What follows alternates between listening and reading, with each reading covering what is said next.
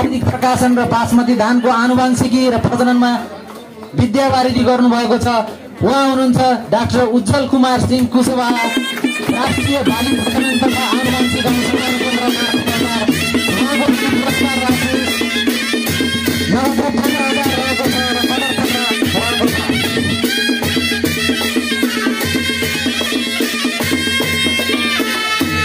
प्रधानमन्त्री कृषि आधुनिकीकरण परियोजना कार्यान्वयन एकाइ झापालाई हामीले चाहिँ अगाडि आउनुहुन हार्दिक अनुरोध गर्दछौँ।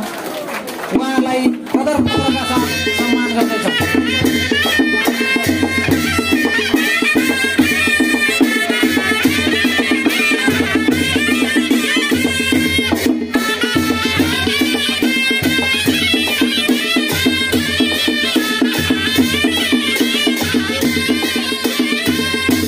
चौधरी वरिष्ठ सह सम्पादक कान्तिपुर दैनिकबाट उहाँको पुरस्कार राशि रहेको छ नगद रु 7,500 र कदर पत्र। कृपया उहाँलाई अगाडि आइदिनु हुन म हार्दिक अनुरोध गर्दछु।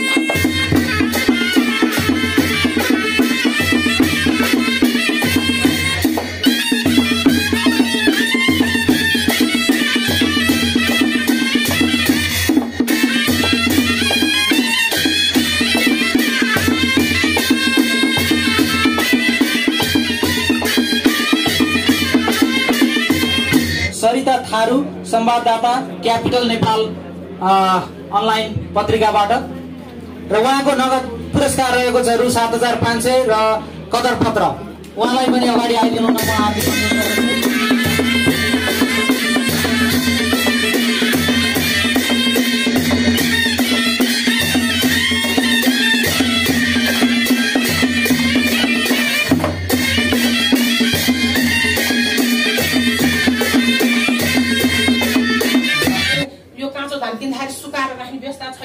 अनि हाम्रो मेल ड्रायल छैन। मान्छेहरू कतिसम्म भन्छन् कि नेपालको पशुपतिको दर्शन गर्न हामी जाँदैनौँ, इन्डियाको केदारनाथ पुग्छौँ। त्यस्तै भइरहेको छ। हामीले उत्पादन गरेको, किसानले उत्पादन गरेको नन स्ट्रिम चामल चाहिँ हामी खाँदैनौँ। त्यस्तो चामल मन पराउँदैन सहर बजारमा भन्ने। स्ट्रिम चामल चाहिए जो चाहिँ कुहिएर फेरि त्यसलाई रिफाइन गरेर ल्याएको चामल चाहिँ मिठो रे, भात नजोडेको चाहिँ मिठो रे। अनि हाम्रो चामल नबेच्ने सहर बजारमा भनेपछि अब चाहिँ हामी के गर्ने?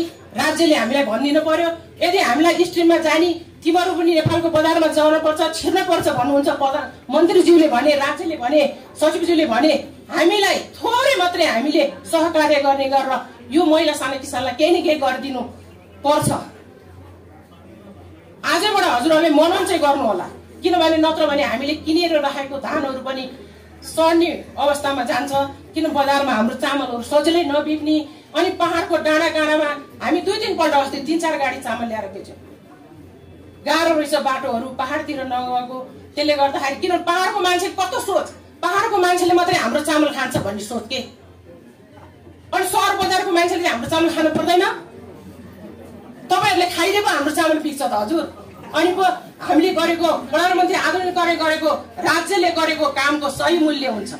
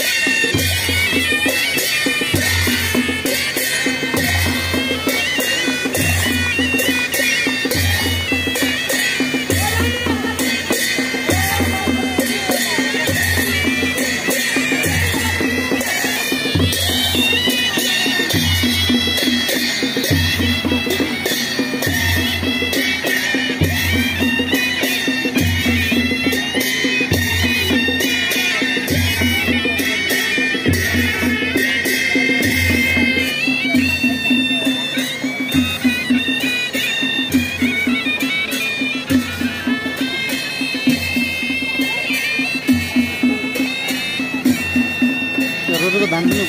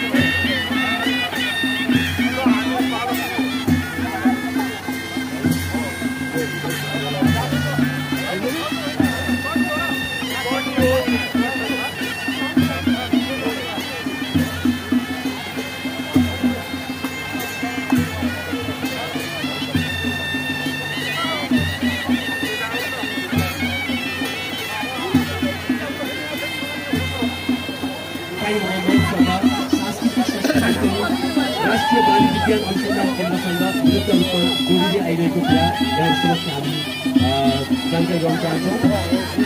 हामी रोपाई महोत्सवमा सहभागी भएर रोपाई अथवा असार गरिने छ सोसँग सम्बन्धित जुन रोपाई गीतहरू अथवा असारी गीतहरू प्रस्तुत गर्दै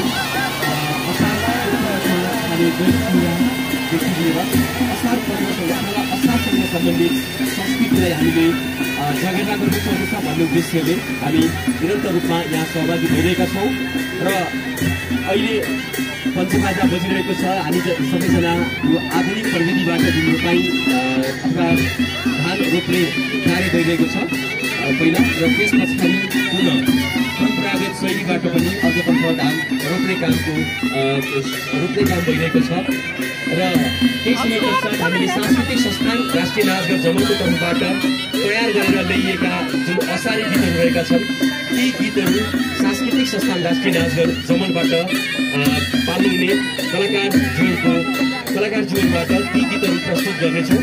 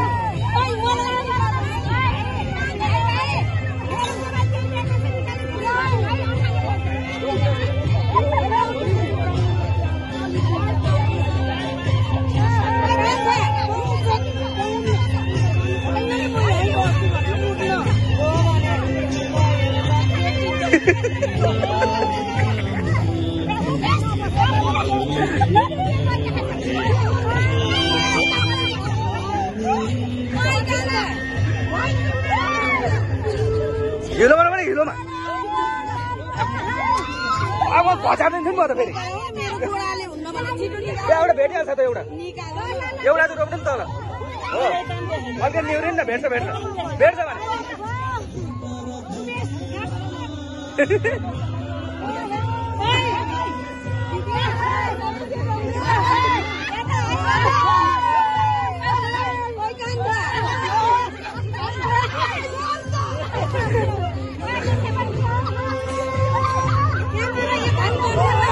Ha